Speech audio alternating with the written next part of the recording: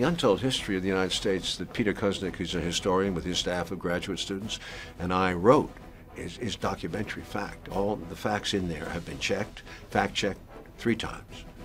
This is not a fiction film. This is a documentary, very serious. I spent 5 years with it.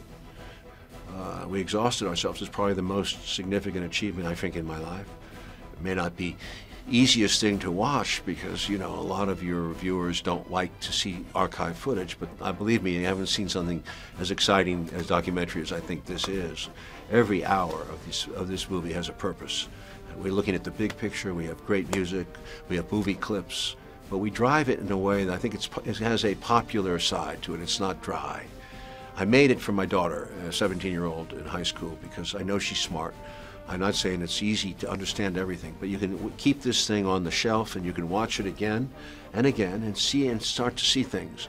We're after the big picture, the patterns. Everything in this book we believe, everything. It's not a fiction film. A drama film is a different ballgame. You have a script, you have actors. There's no actors in this thing. So it's you know, this incredibly intimidating thing to take on, and you chose to, you know, this timeline between that you personally connected with from World War II era to present day.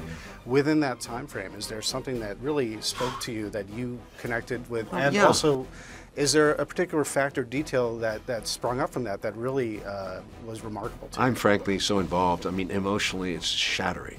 To go through the Reagan era, to go through the Eisenhower era, to see what you thought was normal behavior is not normal. The whole concept of World War II, what it was with its meaning, the battle against Nazism and against communism, why the Cold War develops, we go into it month by month, and we find that the United States is truly the aggressor at this point in 1945. Soviet Union is a broke, devastated country looking for handouts.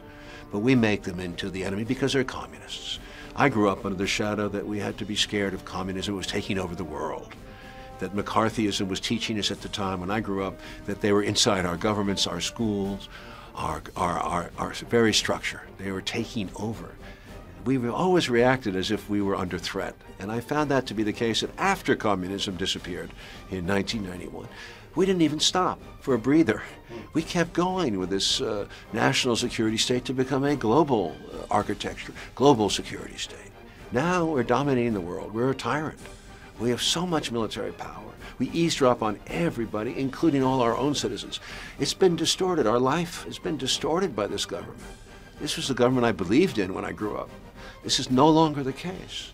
The governments lie, we know that, but this government has distorted this lie to enormous proportions. You have to study this American empire from 1900 to 2013 to understand what country we are. Which country are we?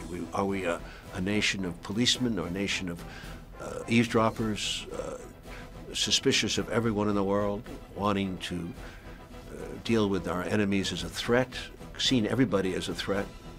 This is a question that haunts our lifetime, and yours too. I mean, you're younger than I am, but I'm you know, at a place where after 60-some years, I wanted to say, why did George Bush come around? Well, who is this guy? Why, after so many wars, do we have to go abroad to fight wars for what? We go into the World Trade Center events definitely in depth in Chapter 10 of the Untold History. We go into how asleep George Bush and his team were, and how the CIA was running around screaming with its hair on fire about these guys they were training. It's a vile criminal gang that did that. But for George Bush to use that to declare a global war on terror and divide the world like he has and polarize it was an insane reaction, overreaction. And we go into that in depth. And we go into the neoconservative platform, which was the New American Global Initiative, to basically, they said at that point in 1998, we need a new Pearl Harbor for us to implement this policy of worldwide control. And they got it. They got it. They didn't. I didn't say they did it, but they got what they wanted.